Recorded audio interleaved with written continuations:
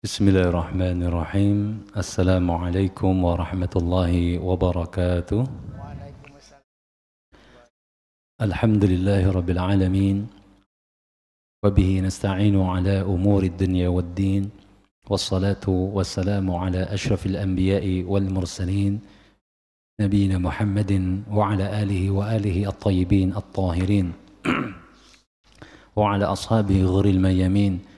وعلى كل من اتبعهم بإحسان إلى يوم الدين سبحانك لا علم لنا إلا ما علمتنا إنك أنت العليم الحكيم اللهم علمنا ما ينفعنا وزدنا علما تنفعنا به يا رب العالمين اللهم آت نفوسنا تقواها وزكها وأنت خير من زكاها وأنت وليها ومولاها يا رب العالمين Rabbi syrah li sadri wa yassir li amri wahlul 'uqdatam min lisani yafqahu qawli.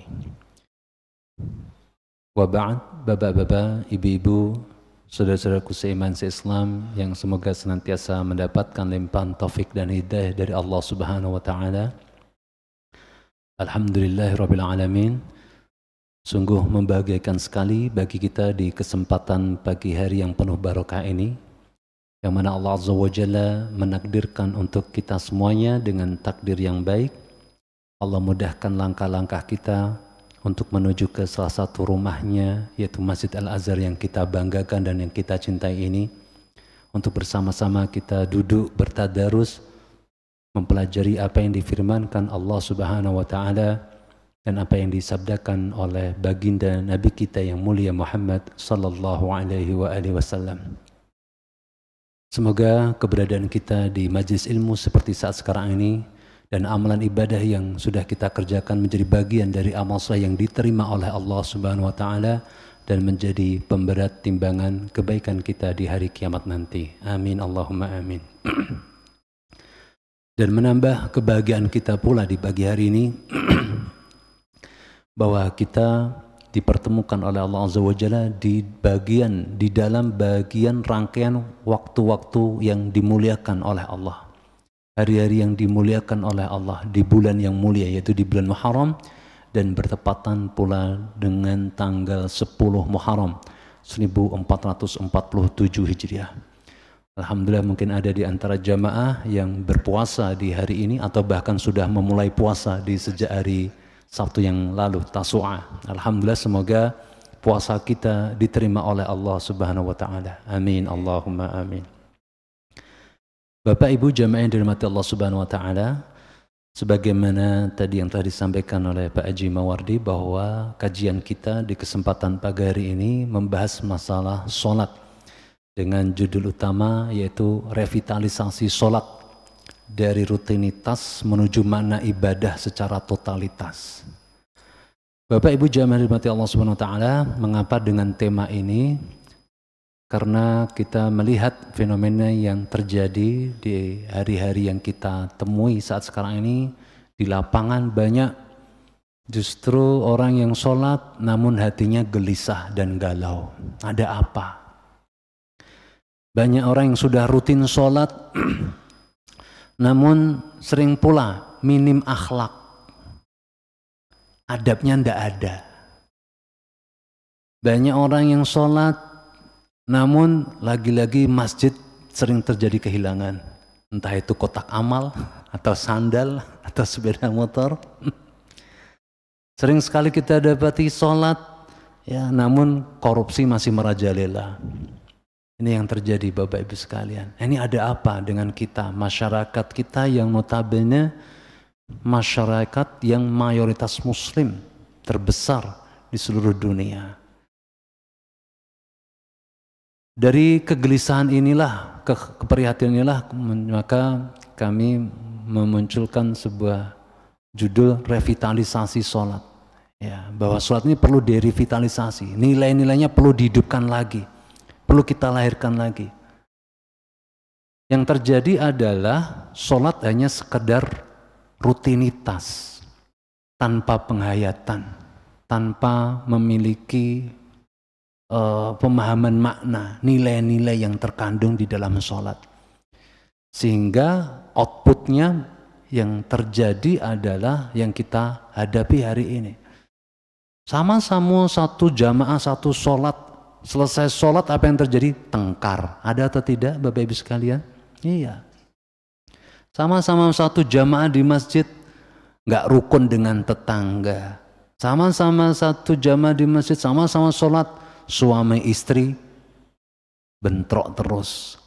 Ya, suami istri terjadi retakan hubungan. Sama-sama sholat, anak diperlakukan secara kasar. Nah, ini ada apa? Maka kita perlu mengoreksi. Dan saya disclaimer dulu Bapak Ibu sekalian, bukan berarti sholat saya yang paling khusyuk, tidak Bapak Ibu sekalian. Saya juga masih terus belajar untuk sholat khusyuk. Maka tema ini sengaja kita angkat, ya, khususnya mengingatkan diri saya sendiri dan jamaah pada umumnya untuk mari kita merevitalisasi sholat kita, agar sholat kita ini sesuai dengan apa yang dikehendaki oleh Allah Subhanahu wa Ta'ala. Sebagai pembuka pada pembahasan kita, maka kami nukilkan sebuah hadis Nabi Sallallahu Alaihi Wasallam terkait dengan orang-orang yang sholat namun tidak diterima sholatnya. Dari hadis yang diriwayatkan dari sahabat yang mulia Abu Hurairah radhiyallahu ta'ala anhu, yang ditakhrij dari kitab Targhib wa Tarhib Imam Al-Munziri rahimahullah, dan disahihkan, dihasankan oleh Syekh Albani rahimahullah dalam kitabnya Silsilatul Ahadits As-Sahihah, yang mana Nabi Muhammad SAW bersabda, innar rajula la yusalli sittina sanatan wa lam tuqbal salatuhu. Sesungguhnya ada seseorang yang dia sholat 60 tahun namun tidak diterima sholatnya. Allahu Akbar. Inna lillah. 60 tahun sholat Bapak Ibu sekalian. Ketika di akhirat tidak diterima sedikit pun dari sholatnya ini. Inna lillah wa inna ilaihi raji'un. Semoga kita dijauhkan dari orang seperti ini Bapak Ibu sekalian. Apa yang terjadi dengan orang tersebut?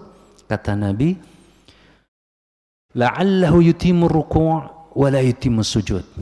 Boleh jadi orang tersebut menyempurnakan rukuknya namun tidak menyempurnakan sujudnya. Wa la'allahu yutimmus sujuda wa la yutimur ruku'a. Dan boleh jadi dia menyempurnakan sujudnya namun tidak menyempurnakan rukuknya. Ini yang terjadi Bapak Ibu sekalian. Dan hadis ini tidak difahami secara letterlek, oh rukuk sujudnya saja, tidak. Disebutkan rukuk dan sujud ini merepresentasikan sholat secara keseluruhan dari takbir sampai salam. Maknanya bahwa hadis ini memberitahukan kepada kita ada orang-orang yang tidak menyempurnakan sholatnya. Dari mulai gerakannya hingga bacaannya sampai pada masalah kekhusyuannya, khusyuk. Ditambah lagi Bapak Ibu sekalian ada fenomena para pencuri-pencuri sholat. Nah ini Bapak Ibu sekalian. Nabi SAW bersabda dari sahabat yang mulia Abi Qatadah Al-Harith bin Rib'i radhiyallahu anhu. Nabi SAW bersabda, aswa'un nasi sariqatan alladhi yasriqu min salatihi. Ada orang yang paling buruk pencuriannya. Pencuri saja, pencurian itu kan sudah buruk Bapak Ibu sekalian ya. Mencuri itu sudah buruk, tapi ternyata ada yang mencuri yang lebih buruk lagi. Ya. Korupsi sudah buruk atau tidak Bapak Ibu sekalian? Buruk banget. Mencuri itu buruk. Ternyata ada yang lebih buruk dari itu semuanya. Yaitu apa? Alladzi yasriqu min salatihi. Orang yang mencuri dari salatnya itu jauh lebih buruk. Bukan berarti wah korupsi lebih aman ya masa daripada mencuri salat, bukan begitu juga ya. Jadi ini semuanya buruk. Dan yang lebih buruk lagi adalah alladzi yasriqu min salatihi. Orang yang mencuri dari salatnya. Salatnya itu dicuri.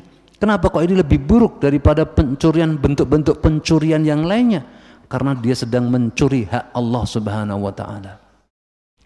Dan dalam Islam, dalam syariat kita diajarkan hak Allah Subhanahu wa Ta'ala harus diprioritaskan, diagungkan, diutamakan. Dan orang ini, pencuri ini adalah pencuri yang paling buruk ketika dia mencuri dari sholatnya. Lalu para sahabat bertanya, ya Rasulullah, wa kaifa yasriqu min salatihi? Bagaimana seseorang tersebut bisa mencuri dari salatnya? Qala, lalu Nabi SAW menjelaskan, la yutimmu ruku'aha wa la sujudaha. Atau qala la yuqimu sulbahu fi ruku'i was sujud. Orang tersebut tidak menyempurnakan rukuknya, tidak menyempurnakan sujudnya. Dan dalam riwayat yang lain disebutkan dia tidak menegakkan tulang sulbinya di dalam ruku maupun di dalam sujudnya. Jadi sholat hanya sekedar gerakan, rutinitas 5 kali dalam sehari, hanya seperti itu. Ini yang terjadi Bapak Ibu sekalian. Maka tidak mengherankan kalau outputnya masih seperti itu. Seperti yang kita sampaikan di awal tadi. Ini merupakan informasi futuristik yang disampaikan oleh Nabi SAW.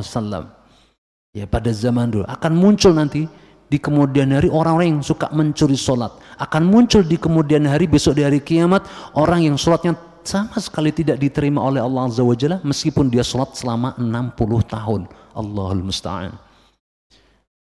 Dari sini Bapak Ibu sekalian, mari kita merenung dan mengoreksi sholat kita. Apakah kita betul-betul menjadikan sholat ini betul-betul pegangan pedoman hidup kita atau tidak? Atau sudahkah sholat kita ini betul-betul menjadi way of life dalam hidup kita? Lifestyle dalam hidup kita. Kalau kita bercermin pada pendahulu-pendahulu kita, dari generasi terbaik umat ini, dari kalangan sahabat, tabi'in dan atba'ut tabi'in, al-qurun al-mufaddalah, maka mereka ini adalah orang-orang yang menjadikan sholat sebagai gaya hidup mereka, lifestyle mereka. Hal ini pun juga didasarkan pada apa yang disebutkan dalam hadis Nabi SAW. Ju'ilat as-salatu qurratu aini. Allah menjadikan, aku jadikan sholat itu sebagai penyejuk mataku. Dalam riwayat yang lainnya Nabi SAW ketika pulang dari sebuah peperangan, beliau pun bersabda kepada Bilal bin Rabah, ya Bilal, arihna bis salah. Istirahatkanlah kami untuk bersolat. Istirahatkanlah kami dengan solat. Dalam kesempatan yang lainnya, Nabi Muhammad SAW dan juga para sahabatnya senantiasa berlomba-lomba untuk memperbanyak solat. Disebutkan dalam riwayat Imam Bukhari, dulu Masjid Nabawi, Bapak Ibu sekalian, itu banyak tali-tali yang bergelantungan. Ya, Masjid Nabawi banyak tali-tali bergelantungan. Lalu kemudian sampai Nabi SAW bersabda, ini tali milik siapa? Kok bergelantungan? Ya Rasulullah, ada habal li fulan, li fulan, li fulan, li fulan. Tali ini milik fulan, tali ini milik fulan. Untuk apa mereka? Mereka menjaga diri mereka untuk tetap tegak berdiri dalam sholat mereka di qiyamul lail. Itu sampai seperti itu Bapak Ibu sekalian. Para sahabat Nabi seperti itu. Begitu juga generasi-generasi sesudahnya. Ini menunjukkan betapa mereka serius menjadikan sholat itu sebagai ibadah totalitas. Nah, dalam masalah ini, kenapa mereka kok sampai betul-betul bisa menikmati sholat? Karena mereka tahu betul bahwa sholat ini adalah ibadah yang berat. Ini yang harus kita sadari terlebih dahulu Bapak Ibu sekalian. Yang namanya ibadah berat butuh persiapan atau tidak Bapak Ibu sekalian? Iya, butuh persiapan. Yang terjadi dengan hari ini adalah apa? Ketika sholat ya sholat aja, nggak ada persiapan. Bahkan malah ketika dengar adzan, loh adzan lagi, nah malah repot itu. Loh masa sholat lagi? Nah itu yang terjadi di hari kita hari ini. Dulu para ulama-ulama kita dulu persiapan. Bahkan dalam sebuah athar periwayatan dari Sa'id bin Musayyib rahimahullah, seorang ulama tabi'in, ketika beliau hendak sholat saja persiapannya luar biasa. Setengah jam sebelumnya itu sudah mempersiapkan dirinya dan bahkan bergemetaran tubuhnya. Terdengar adzan semakin bergetar tubuhnya. Lalu ditanyakan kepada beliau, wahai guru, kenapa engkau bergemetar tubuh anda? Apakah anda mengalami rasa sakit ataukah anda mengalami sesuatu yang tidak enak dalam diri anda? Maka beliau pun menjawab, tidakkah engkau merasakan rasa takut ketika engkau berdiri di hadapan Al-Jabbar, yaitu Allah Subhanahu wa Ta'ala, Zat yang maha perkasa, Zat yang maha kuat, Zat yang mengetahui diri kita semuanya. Maka itulah yang kurasakan saat ini. Nah itu Bapak Ibu sekalian. Pernahkah kita hadir, hati kita merasakan hal serupa yang dirasakan oleh Sa'id bin Musayyib rahimahullah? Mulai dari wudunya sampai menangis bercucuran, ya, dan kemudian melangkah menuju ke masjid untuk sholat berjamaah. Itulah yang dilakukan oleh para pendahulu-pendahulu kita Bapak Ibu sekalian. Maka poin penting dalam masalah ini yang pertama adalah memahami bahwa ibadah sholat itu butuh persiapan. Karena ibadah sholat adalah ibadah yang berat. Hal ini disebutkan sendiri oleh firman Allah Subhanahu wa taala yaitu dalam surat Al-Baqarah ayat 45-46. Allah SWT berfirman, wasta'inu bis-sabri was-salah wa innaha lakabiratun illa 'alal khashi'in. Kemudian dilanjutkan di ayat 46-nya, alladzina yadhunnuna annahum mulaqu rabbihim wa annahum ilaihi raji'un.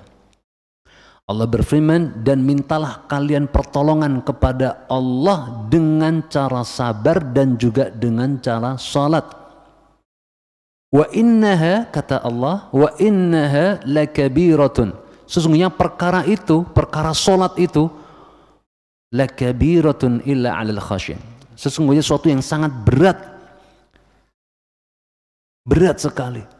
Illa, kecuali akan menjadi ringan. Bagi siapa? Illa 'alal khasyin. Bagi orang-orang yang khusyuk. Bagi orang yang khusyuk. Dan siapa itu orang-orang yang khusyuk? Allah jelaskan di ayat berikutnya, alladzina yadhunnuna annahum mulaqu rabbihim wa annahum ilaihi raji'un. Yaitu orang-orang yang meyakini seyakin-yakinnya bahwa dia akan bertemu dengan Allah Subhanahu wa taala dan meyakini seyakin-yakinnya bahwa dia akan kembali kepada Allah. Inna lillahi wa inna ilaihi raji'un. Coba Bapak Ibu sekalian, kalau ini hadir di hati kita saat kita mau melaksanakan sholat dan boleh jadi adalah sholat terakhir yang kita lakukan, apa yang harus kita lakukan? Bercanda? Nggak mungkin. Yang akan kita lakukan adalah mungkin ini adalah sholat terakhir bagi kita dan kita akan sungguh-sungguh untuk Allah Azza wa Jalla. Dan kita akan menyempurnakan semuanya, gerakan bacaannya. Terkait dengan masalah khusyuk, Abdullah bin Abbas radhiyallahu anhu menjelaskan bahwa orang yang khusyuk itu tandanya adalah al-musaddiquna bima anzalallah. Orang yang khusyuk itu adalah orang yang membenarkan apa yang diturunkan oleh Allah Subhanahu wa taala dari Al-Qur'anul Karim, dari hadis-hadis Nabi sallallahu alaihi wasallam. Dibenarkan semuanya. Ada neraka, ada surga, ada balasan, ada yaumul hisab. Bahwa semua yang kita lakukan semuanya akan dihisab oleh Allah Subhanahu wa taala. Ada yaumul barzakh, ada hari-hari di yaumul barzakh, alamul barzakh. Di sana ada siksa kubur. Kita meyakini itu semuanya. Ada malaikat yang senantiasa mencatat. Ada syaitan yang senantiasa menggoda, mengembuskan bisikan-bisikan. Dan ketika seorang hamba mengetahui ini semua, meyakini semuanya, membenarkan apa yang Allah SWT sampaikan, beritakan, informasikan kepada kita, di saat itulah seorang hamba akan senantiasa menjaga sholatnya. Dan dia khusyuk. Karena dia tahu betul, sholat inilah yang akan menjadi pegangan hidupnya. Imam Ad-Dhahhak rahimahullah juga menjelaskan terkait dengan masalah khusyuk. Siapa itu orang yang khusyuk? Kata beliau, Imam Ad-Dhahhak, salah satu ulama ahli tafsir yang kemudian dinukil oleh Imam Ibnu Katsir dalam kitab tafsirnya, al-khusyu' adalah al-khadi'in li ta'atillah. Orang yang tunduk patuh dengan aturan syariat Allah. Tidak ada yang terucap dari lisannya kecuali sami'na wa ata'na. Selama itu datang dari Allah, selama itu perkara datang dari Rasulullah, sami'na wa ata'na. Tanpa ada pikir ulang lagi. Kalau sudah Allah dan Rasulnya yang menetapkan, sami'na wa ata'na. Yang kedua, al-khaifina satwatihi. Orang-orang yang takut dengan azabnya. Itulah orang yang khusyuk. Takut dengan azabnya, Bapak Ibu sekalian. Jadi bukan hanya sekedar taat saja, namun takut kalau dia terkena azabnya Allah Subhanahu wa taala. Yang ketiga, al-musaddiquna atau al-musaddiqina biwa'dihi wa wa'idihi, yaitu orang-orang yang membenarkan janji Allah berupa surganya dan membenarkan ancaman dari Allah berupa nerakanya. Jadi Imam Ad-Dhahhak rahimahullah, beliau merinci kriteria karakteristik orang yang khusyuk menjadi 3 hal ini. 3 unsur penting. Yang pertama, ketaatan, ketundukan, patuh kepada Allah Subhanahu wa taala. Kemudian yang kedua, takut dengan adab-adab Allah. Dan yang ketiga, membenarkan adanya janji Allah berupa surga dan membenarkan adanya ancaman dari Allah berupa neraka. Wal'iyadzubillah. Dari sini Imam Ibnu Katsir rahimahullah mencoba menafsirkan ya, dari wasta'inu bis-sabri was-salah wa innaha lakabiratun illal khashin, bahwa kenapa orang-orang itu akan bisa menjadi khusyuk saat dia mengingat Allah? Ya, karena beliau mengatakan bahwa sholat itu akan menjadi berat bagi orang-orang yang tidak percaya dengan hari akhirat, dengan yaumul ma'ad. Maka dia akan meremehkan itu semuanya, akan meremehkan. Tapi berbeda halnya dengan orang yang meyakini seyakin-yakinnya akan kehidupan setelah kematian. Maka dia akan melaksanakan, menjalankan sholatnya dan menegakkan nilai-nilai sholatnya itu dalam kehidupannya sehari-hari.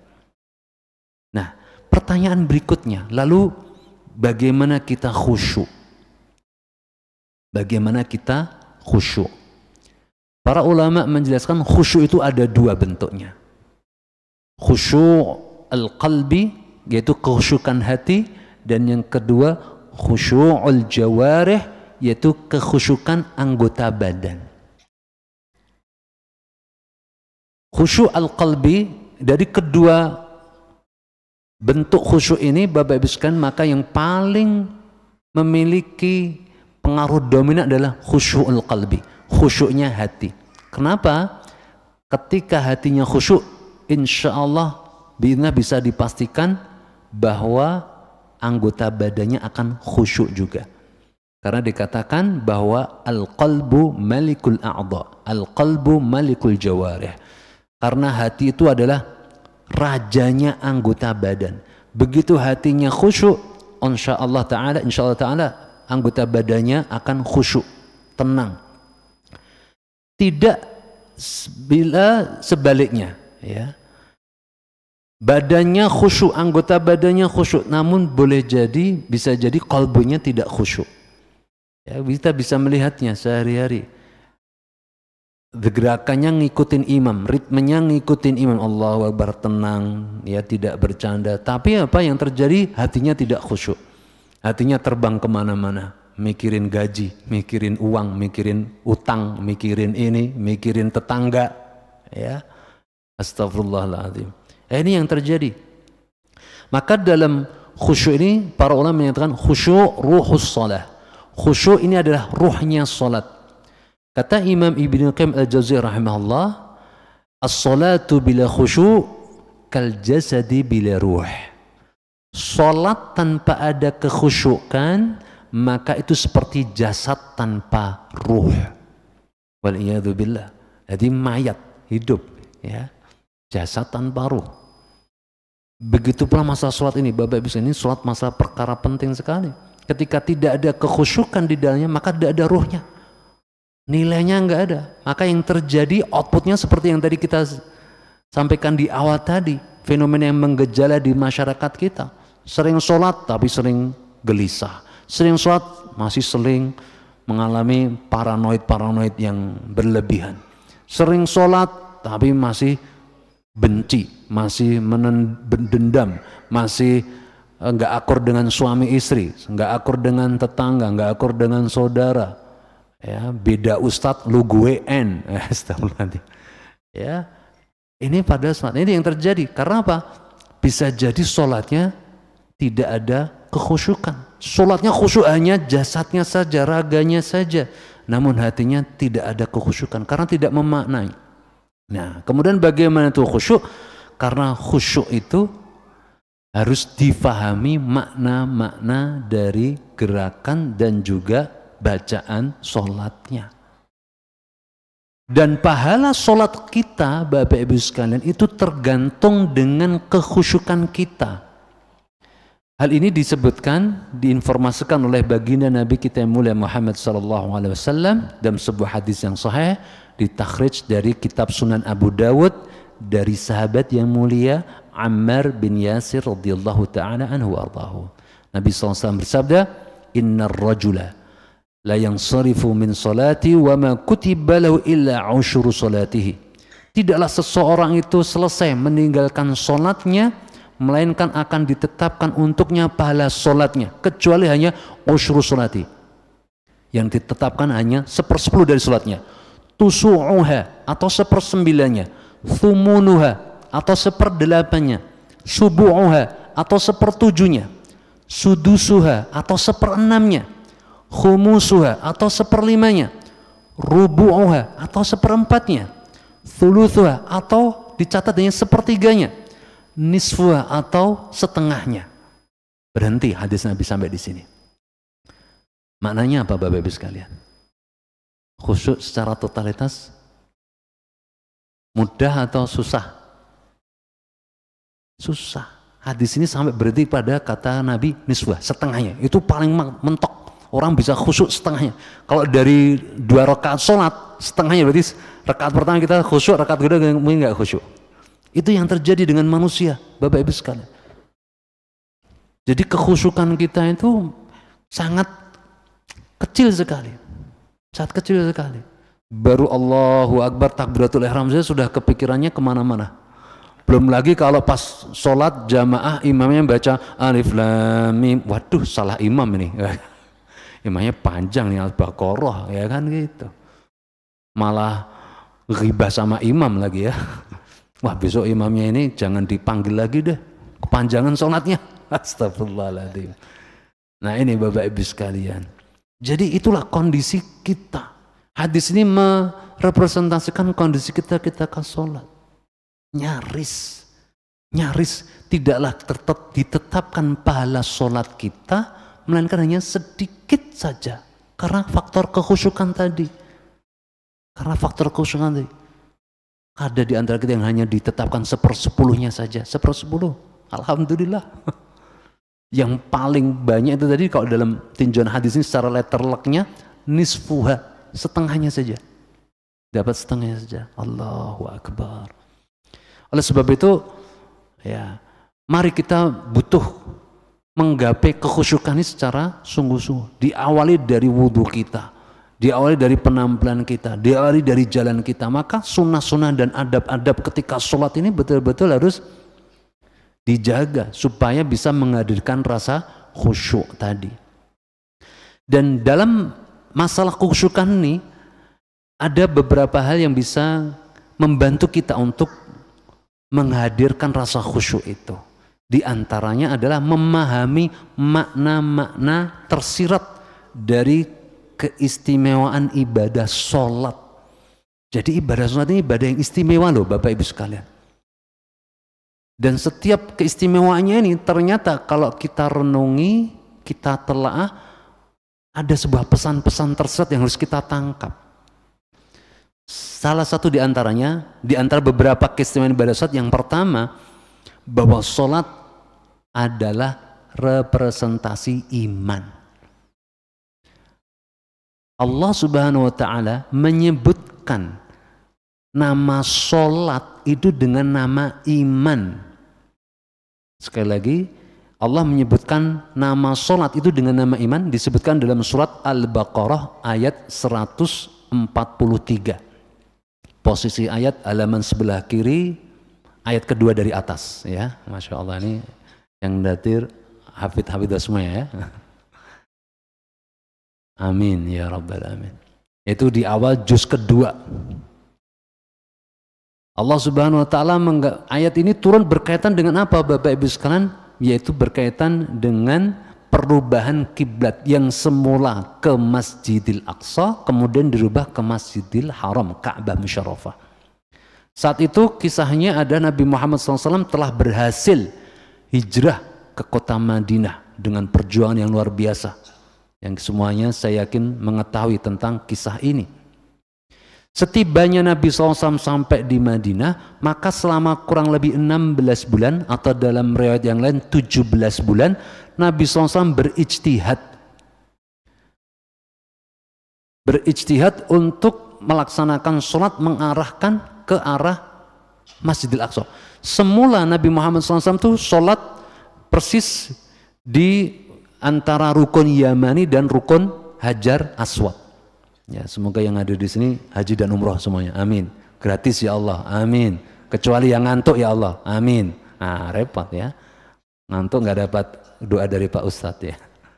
Jadi Nabi SAW dulu tuh sholatnya ketika di Mekah sebelum hijrah itu antara rukun Yamani dan rukun Hajar Aswad. Karena apa? Langsung menghadap ke utara. Beliau sholat menghadap Ka'bah sekaligus menghadap Masjidil Aqsa. Berbeda kondisinya ketika Nabi SAW sudah hijrah ke Madinah dan Madinah berada di sebelah utara kota Makkah, berada di tengah. Makkah di sebelah selatan, Masjidil Aqsa di sebelah utara, membuat Nabi SAW bingung gimana ini sholatnya. Maka Nabi SAW saat itu berijtihad, karena memang perintahnya masih suruh menghadap ke Masjidil Aqsa, yaitu di Kubah Sokhra itu dulu kiblatnya kaum muslimin ya. Maka Nabi SAW akhirnya sholat menghadap Kubatus Sokhra di Masjidil Aqsa dan membelakangi Masjidil Haram. Itu yang terjadi sampai kurang lebih 16 bulan. Dan Nabi SAW berdoa berharap semoga turun ayat dialihkan kiblatnya. Dan betul turunlah ayat ini Bapak Ibu sekalian. Maka ketika turun ayat yang mulia ini surat Al-Baqarah 142, 143, maka orang-orang Yahudi mencibir. Tuh lihat Muhammad, agamanya Muhammad itu nggak konsisten.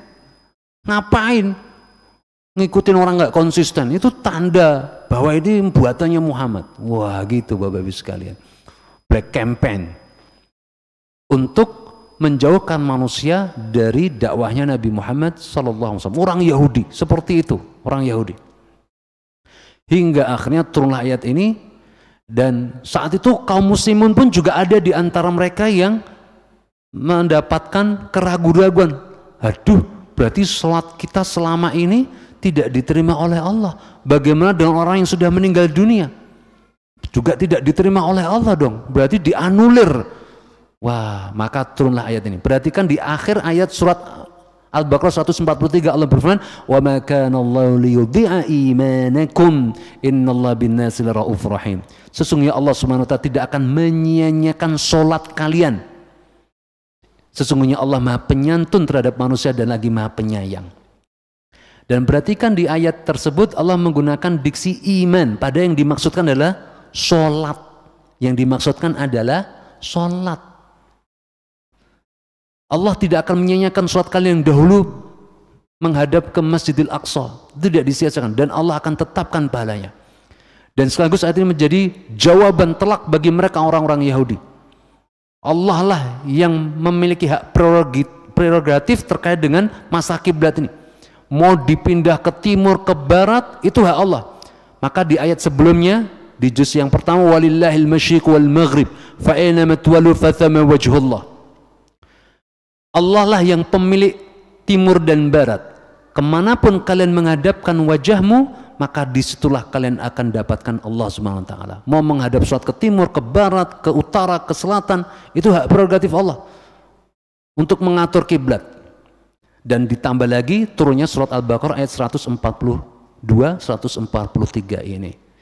Dan yang menjadi stressing point kita di kali ini adalah, di poin ini adalah bahwa ada makna tersirat. Kenapa kok sampai Allah Subhanahu wa taala menyebutkan, mengambil diksi kata, memilih diksi kata iman sebagai ganti dari sholat dalam ayat ini? Maka dijelaskan oleh para ulama bahwa sholat inilah intisari dari iman. Dalam ungkapan yang sudah familiar, sholatnya adalah tiangnya agama Islam, tiangnya Islam, agama Islam.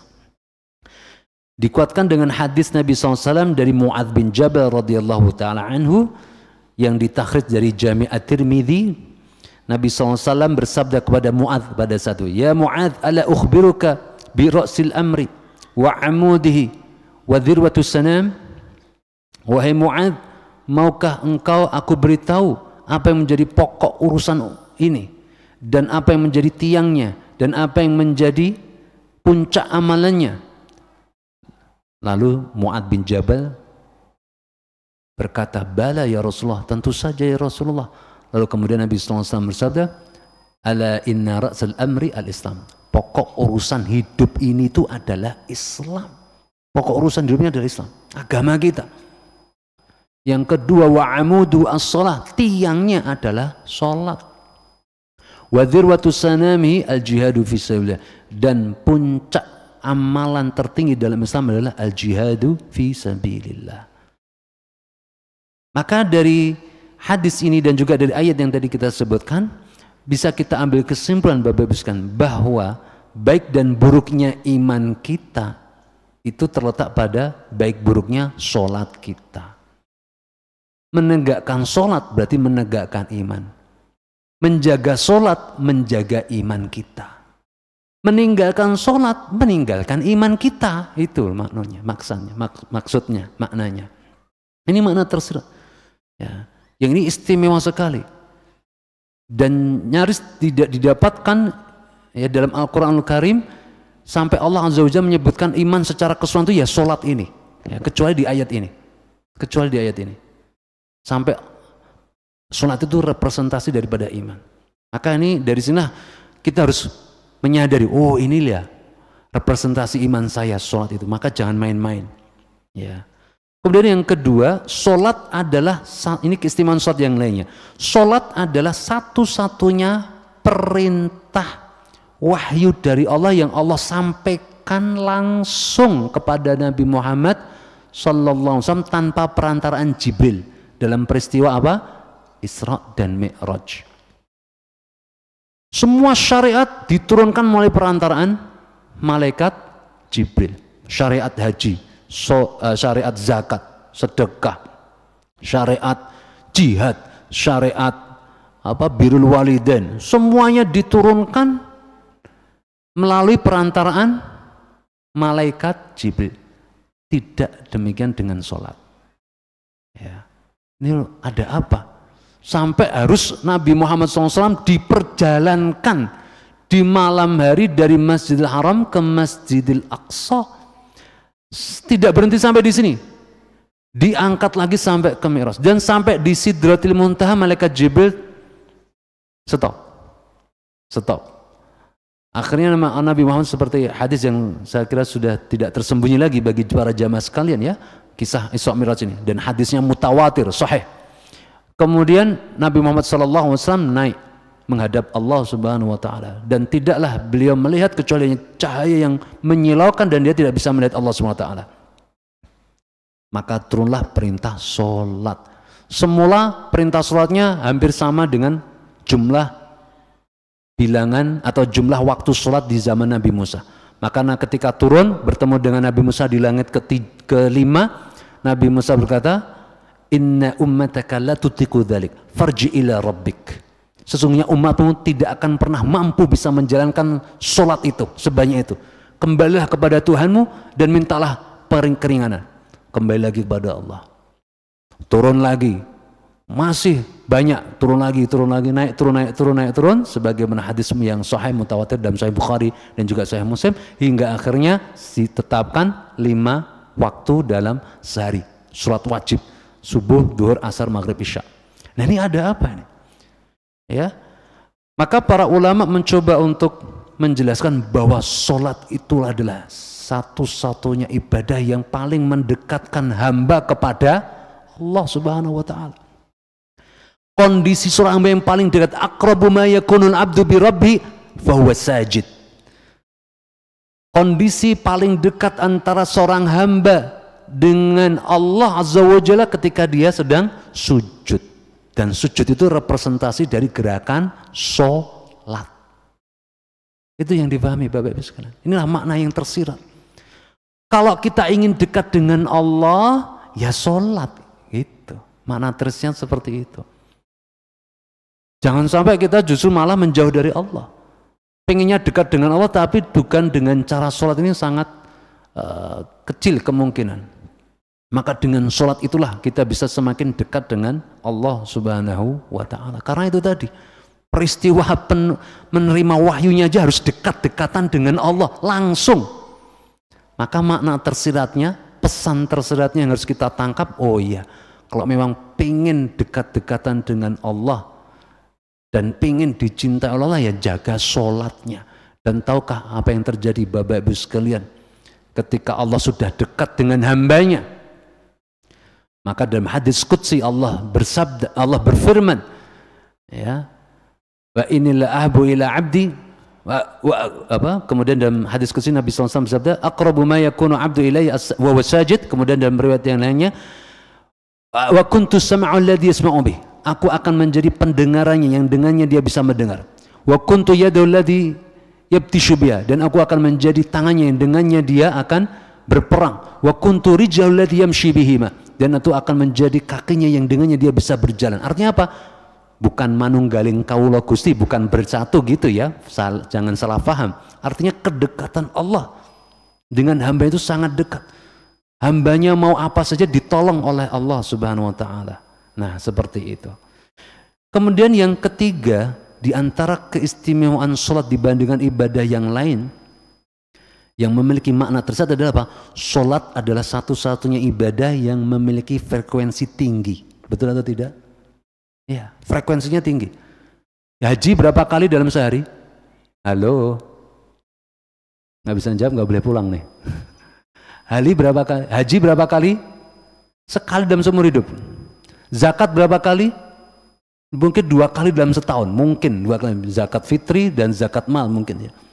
Sedekah berapa kali dalam sehari? Ada yang 10 kali, 40 kali, jarang, sekali, seminggu sekali, sebulan sekali. Ya. Tapi yang namanya sholat itu frekuensinya paling tinggi, minimal sehari berapa kali? 5 kali. Dan variannya paling banyak. Itu sholat. Waktunya paling banyak itu sholat. Duha, ada sholat duha. Syuruk, ada sholat syuruk. Qiyamul lail, malam hari ada qiyamul lail, ada tahajud, ada witir. Kondisi-kondisi tertentu ada sholat hajat, ada tasbih, ada gerhana matahari, ada gerhana bulan. Frekuensinya dan variannya banyak sekali. Berbeda dengan ibadah yang lainnya, mungkin hanya dalam momentum-momentum tertentu saja. Tapi kalau sholat itu setiap hari, dan bahkan ada sholat-sholat sunnah mutlak yang tidak ada batasan rakaatnya di jam berapapun kecuali di 3 waktu, yaitu waktu terlarang, yaitu saat matahari terbit, saat matahari di atas permukaan tanah, dan yang ketiga di atas matahari tenggelam, di saat matahari tenggelam. Boleh dilakukan, itu namanya sholat sunnah mutlak sebanyak-banyaknya. Kalau kita berada di Masjidil Azhar ini, kemudian sembari, contohnya di sholat, khususnya di sholat hari Jumat, maka kita diperbolehkan, ada kekhususan di hari Jumat, yaitu kita boleh sholat di saat matahari berada di atas permukaan tanah. Ini kekhususan hari Jumat, kita boleh sholat sunat mutlak sembari menunggu khotib naik mimbar, karena disunahkan ya, orang yang datang untuk sholat Jumat datangnya pagi-pagi, seperti jamaah di sini ya, jamaah di sini datangnya pagi-pagi Pak ya. Insyaallah. Itu sholat sunnah mutlak terus sampai khotib naik mimbar baru berhenti. Ya, itu disunahkan seperti itu. Jadi menabrak waktu yang terlarang itu khususat hari Jumat diperbolehkan. Selain dari hari Jumat tidak boleh. Ya, di 3 waktu ini boleh sholat sunnah mutlak. Jika memiliki kelonggaran waktu boleh sholat sunnah mutlak. Nah ini Bapak Ibu sekalian, apa makna tersirat? Kenapa kok kita harus sholatnya paling banyak? Makna tersirat adalah karena kita memang membutuhkan pertolongan Allah Subhanahu wa taala. Karena kita ini makhluk yang lemah. Khuliqal insanu dha'ifa. Surat An-Nisa ayat 28. Khuliqal insanu dha'ifa. Manusia itu karakternya lemah. Sifatnya lemah, tidak bisa berbuat apa-apa. Dan sangat membutuhkan sandaran hidup. Siapa yang kita jadikan sandaran hidup? Suami kita? Enggak. Istri kita? Tidak. Bapak ibu kita? Juga tidak. Presiden kita? Tidak juga. Siapa yang kita jadikan sandaran hidup? Allah. Allahus Somad. Itulah pelajaran penting Bapak ibu sekalian. Kenapa kok sholat itu dihadirkan frekuensinya tinggi? Setiap hari bisa 5 kali, 6 kali, 7 kali, bahkan kalau ditambah dengan sunnah bisa berkali-kali kita sholat. Supaya kita tahu kita ini makhluk lemah, dan yang kita butuhkan itu sandaran hidup. Kita menyandarkan hidup kita kepada Allah Subhanahu wa taala. Dan inilah yang dilakukan Nabi Muhammad SAW.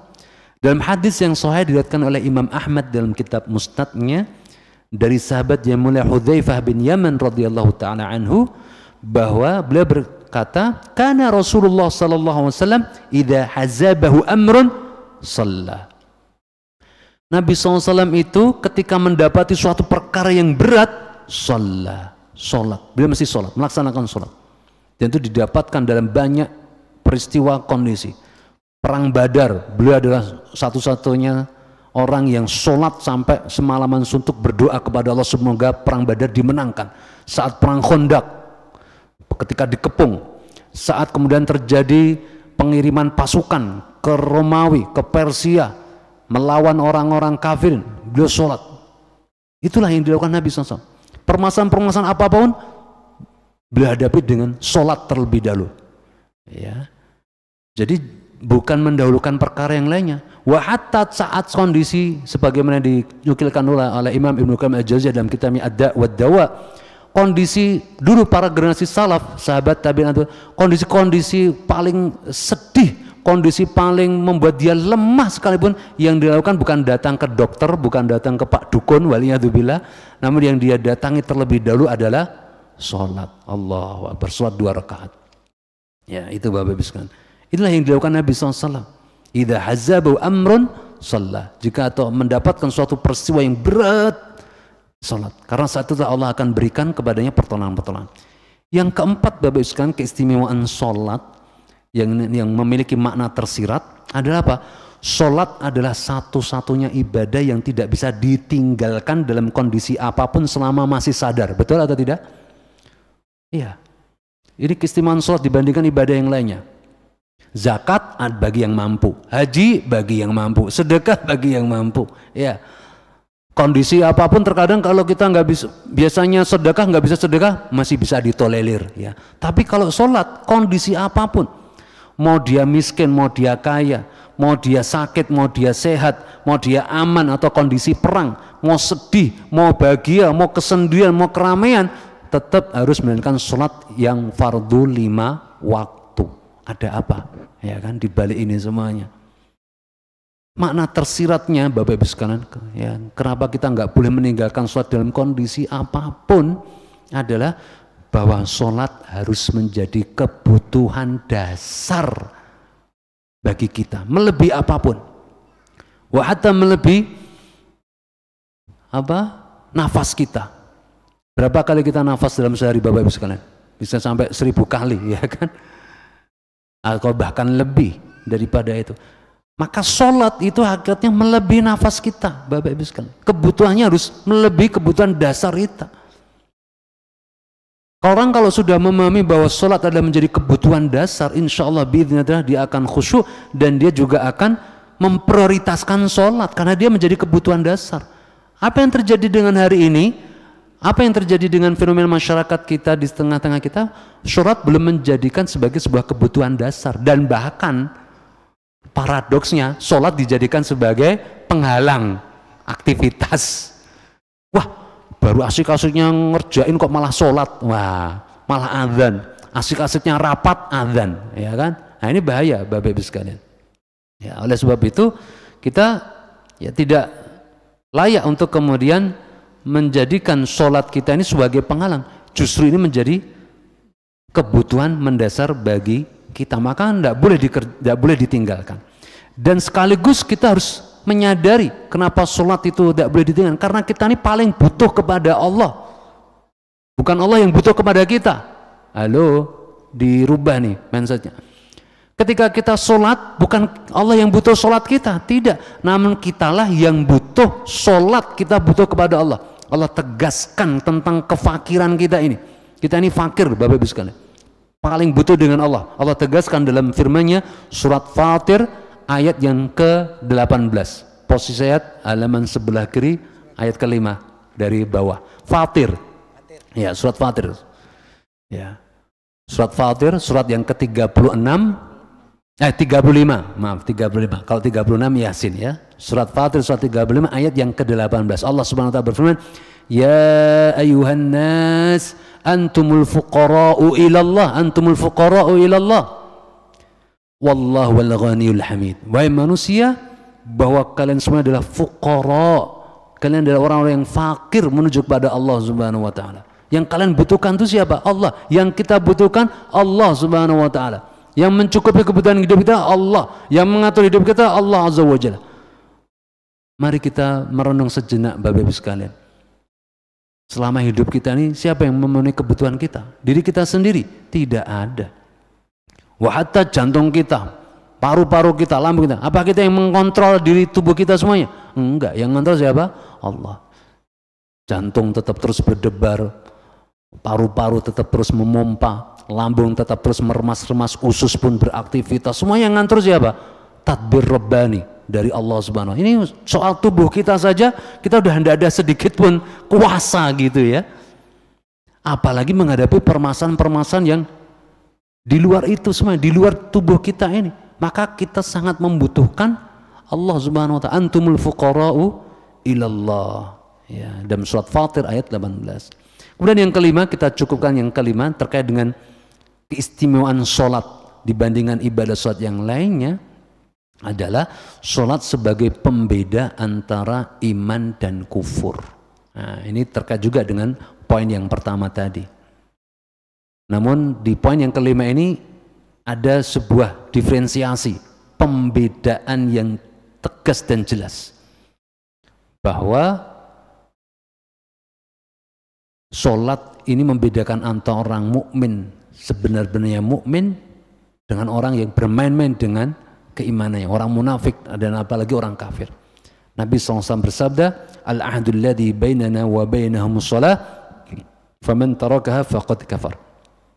Yang menjadi pembeda, perjanjian pembedaan antara kita dengan mereka orang-orang kafir adalah sholat. Maka barang siapa yang meninggalkan sholat, maka sungguh dia telah kufur. Ya. Dengan memaknai ini Bapak Ibu sekalian bahwa makna tersebutnya apa? Sholat itu adalah identitas keislaman kita. Meninggalkan sholat berarti meninggalkan identitas Islam kita. Nah itu Bapak Ibu sekalian. Jadi jangan main-main. Masalah meninggalkan sholat ini perkara besar. Dalam tinjauan hukum Islam fikih, maka orang kalau meninggalkan sholat ini bisa sampai pada jatuh divonis hukum kafir murtad, keluar dari Islam Bapak Ibu sekalian. Dalam fikih mazhab Hambali, orang yang meninggalkan sholat secara sengaja itu langsung dikufuri kufur. Jumhur ulama ada pendetailannya. Kalau dia meninggalkan sholat tahawuran wa takassulan karena malas-malasan, belum sampai pada tingkatan kufur murtad, belum. Namun dia harus istitabah, dimintain taubat. Kalau tidak mau taubat, kemudian dibawa kepada pengadilan. Kalau ditegaknya pengadilan ya. Jadi orang tidak melaksanakan sesuatu dalam hukum syariat itu kriminal Bapak Ibu sekalian. Ya, ditangkap oleh polisi kemudian diserahkan kepada pengadilan agama. Kamu kenapa enggak sholat? Males Pak Hakim, misalnya gitu ya. Ya udah, tobat kamu, dosa besarnya. Enggak mau tobat. Enggak mau tobat. Sampai ditunggu 3 hari enggak mau tobat Bapak Ibu. Apa yang harus dilakukan? Maka hakim memutuskan hukuman berat, yaitu had, hukuman pidana berat, yaitu cukup dipisahkan antara kepala dengan badannya saja, ya. Cukup dipisahkan antara kepala dan badannya, yaitu kisos. Ya, dalam masalah ini para ulama berbeda pendapat, apakah itu hukuman pidana itu pidana murtad atau hukuman pidana haddun kisos. Maka para ulama berbeda pendapat dalam masalah ini. Namun ala kula inilah hukum. Ini sudah menunjukkan meninggalkan suatu perkara yang besar, kabiratun minal kabair, dosa besar yang bisa dijatuhi hukuman vonis pidana mati. Jadi nggak main-main dalam Islam. Kata Nabi, hadisnya faqtulu man baddala dinahu. Bunuhlah bagi orang yang mengganti agamanya karena murtad tadi. Maka sholat ini adalah perkara berat, pembeda antara umat dan kafir. Kalau mau Islam ya Islam beneran gitu loh, sholat. Kalau mau kafir ya silahkan kafir. Nggak bisa, masa aku Islam mas, tapi gaya hidupku pengennya kafir, nggak mau sholat, nggak bisa. Ya, Islam KTP atau munafik itu namanya. Tidak boleh, Pak. Ya, semoga kita masyarakat kita tersadarkan tentang masalah sholat ini, Bapak Ibu sekalian. Ya, inilah 5 keistimewaan sholat yang kita sampaikan dalam kesempatan kali ini, yang memiliki makna tersirat itu tadi ya, bahwa ini insya Allah dengan 5 poin ini membantu kita untuk bisa memahami dan bersikap ta'zim terhadap sholat. Dan poin terakhir Bapak Ibu sekalian, sudah berapa menit Pak Haji? Tinggal berapa menit lagi? 5 menit lagi. Poin yang terakhir Bapak Ibu sekalian, lalu bagaimana mewujudkan sholat itu memiliki ibadah totalitas. Bagaimana mewujudkan sholat bermakna ibadah secara totalitas. Ya. Pertama kita harus memahami dari firman Allah Subhanahu Wa Taala dalam Al-Quran Al-Karim dan juga dalam hadis-hadis Nabi SAW, diksi yang dipakai dalam perintah untuk menjalankan sesuatu dengan apa? Iqamah. Aqimus shalah wa atuz zakah. Aqimus shalah. Kok ini bagi yang belajar bahasa Arab ya, paham ya. Jadi kok tidak menggunakan i'malus shalah, tidak menggunakan kata if'alus shalah, kerjakan sholat, amalkan sholat. Namun diksi yang dipakai adalah aqimus shalah, dirikanlah sholat. Nah, ini dikaji oleh para ulama. Dan setiap kata-kata lafadz dalam Al-Quran itu pasti memiliki makna. Masih memiliki makna dan tujuannya. Kenapa kok Allah SWT memiliki makna? Apa makna dari aqimus shalah? Maka dikatakan oleh Imam Ibnu Abbas, Abdullah bin Abbas radhiyallahu ta'ala, salah seorang sahabat turjumanul Quran. Beliau yang menafsirkan Al-Quran, sahabat yang paling pandai menafsirkan Al-Quran, Abdullah bin Abbas. Beliau menyatakan ketika beliau menjelaskan firman Allah dalam ayat awal surat Al-Baqarah, alladzina yu'minuna bil ghaibi wa yuqimuna shalah wa mimma razaqnahum yunfiqun. Kata-kata alladzina yuqimuna shalah yaitu alladzina yuqimuna harakatahu, yaitu menegakkan gerakannya, wa tilawatahu, dan bacaannya, wa tafarraghuhu, dan fokus di dalamnya, wal ibtihalu bihima, dan bersungguh-sungguh di dalam menjalankan nilai-nilai sholat tersebut. Nah ini, sehingga difahami dari makna penjelasan Abdullah bin Abbas ini bahwa sholat itu ketika ditegakkan bukan hanya ditegakkan pada saat sholat saja, namun kapan kita menegakkan sholat? Setelah selesai dari sholat kita. Itu kita menegakkan sholat ketika kita sudah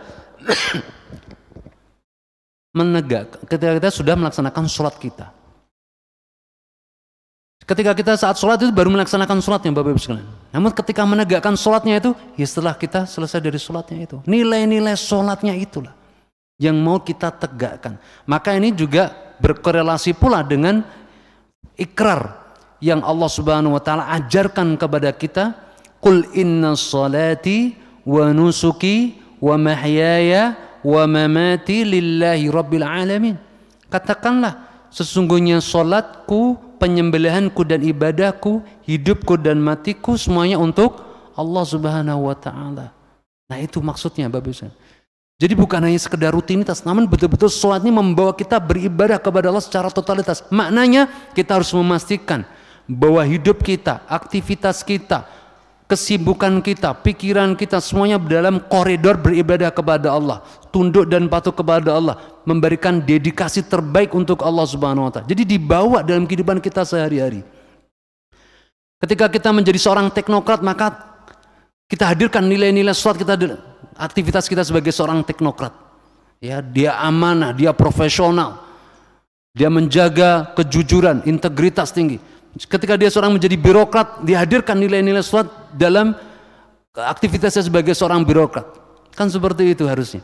Ketika dia menjadi seorang pemimpin, dihadirkan nilai-nilai kepemimpinan.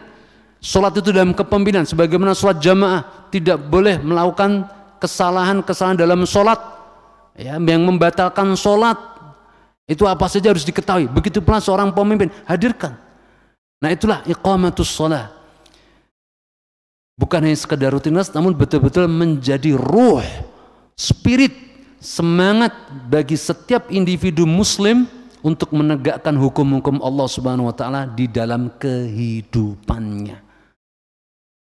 Bapak Ibu sekalian, waktu sudah habis. Alhamdulillah. Ya, inilah kajian kita di kesempatan pagi hari ini. Revitalisasi sholat. Bagaimana sesuatu terlahirkan kembali, kita lahirkan kembali dalam kehidupan kita. Bukan hanya sekedar rutinitas, tapi memang menjadi representasi ibadah secara totalitas kepada Allah Subhanahu wa taala. Mohon maaf atas segala kesalahan dan kekurangan. Kebenaran datangnya dari Allah Subhanahu wa taala. Barakallahu fikum. Wassallallahu ala nabiyina Muhammad. Wallahu a'lam bishawab. Dan waktu saya kembalikan ke Pak Haji Mawardi. Barakallahu fikum. Alhamdulillah. Terima kasih Pak Ustadz telah menyampaikan kepada kita tentang revitalisasi sholat. Ya, mudah-mudahan kita bisa mendata itu semua. Apakah kita bisa menuju kepada totalitas kita untuk ibadah kepada Allah Subhanahu wa taala. Jadi mungkin ada yang ditanyakan oleh bapak-bapak atau ibu-ibu, silahkan, mumpung Pak Ustadz yang masih siap, masih segar. Ada yang tanya Pak? Ibu ada. Ibu ada. Ada. Mana?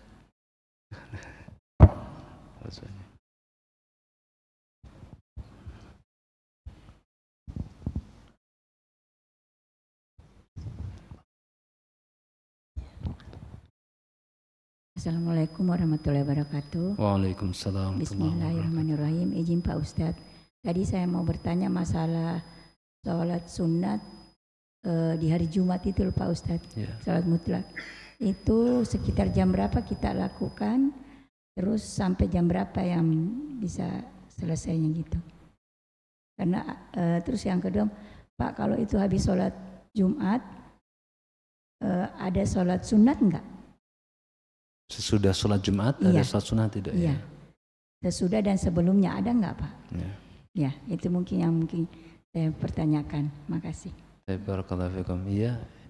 Ada dua. Oh, sebentar, satu lagi. Assalamualaikum Pak Ustadz. Ibu yang jadi pikiran tuh Pak Ustadz di melihat laki-laki yang sholat Jumat gitu ya Pak Ustadz. Tapi yang dalam sholat Jumat itu kan khotibnya udah naik ke mimbar. Tapi kok masih ada yang sholat sunat, apakah itu bisa? Itu yang saya tanya Pak Ustadz. Assalamualaikum warahmatullahi wabarakatuh. Waalaikumsalam. Satu lagi Pak Haji, Ibu.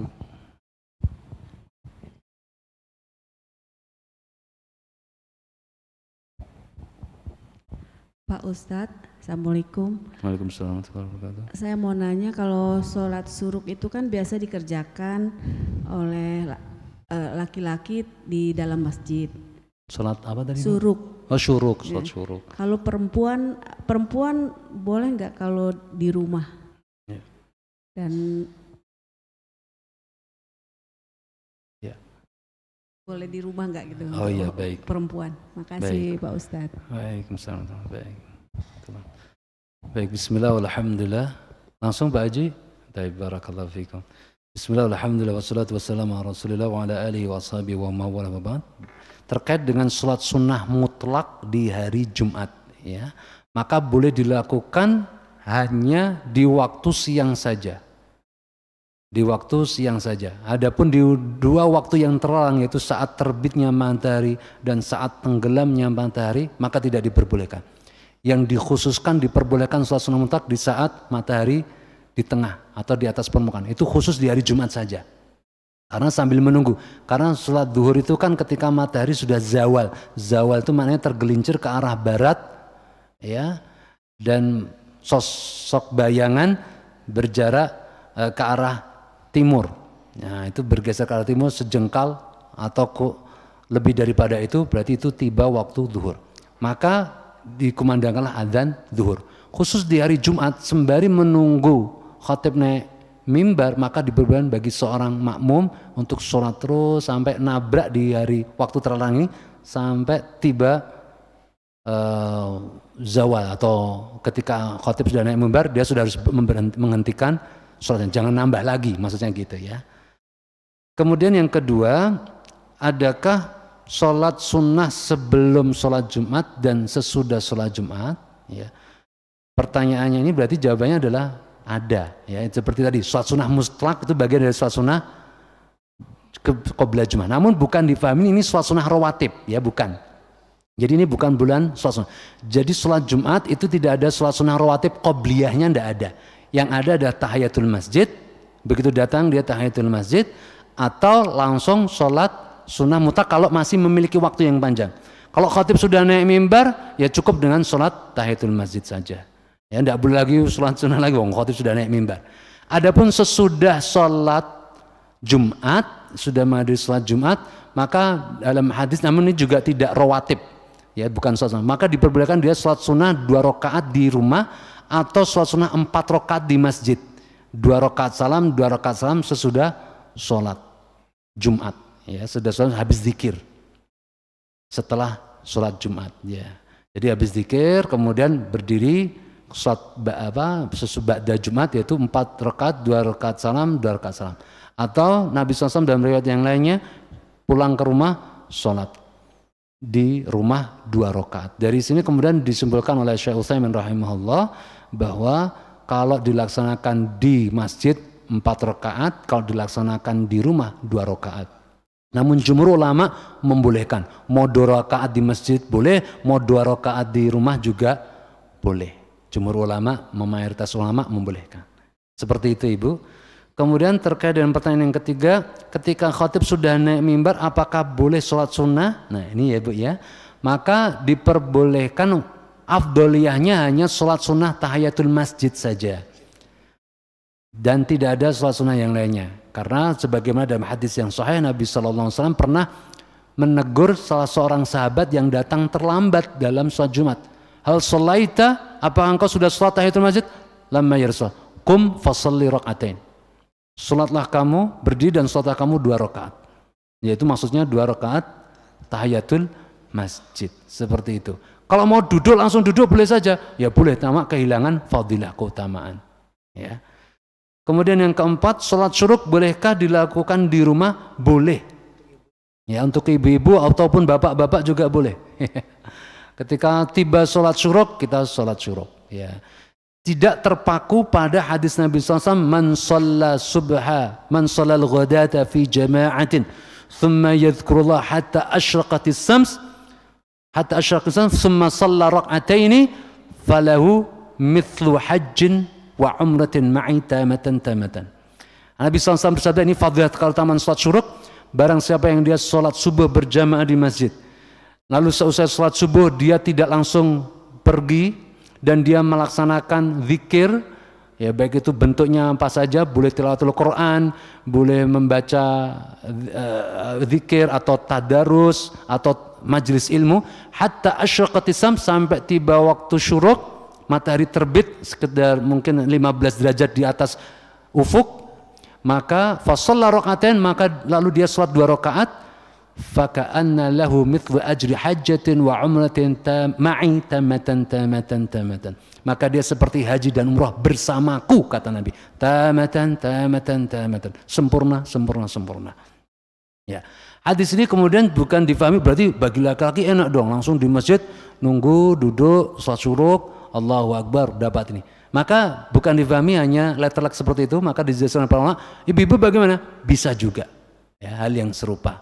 Ya, karena afdoliyahnya sholat ibu-ibu adalah di rumah.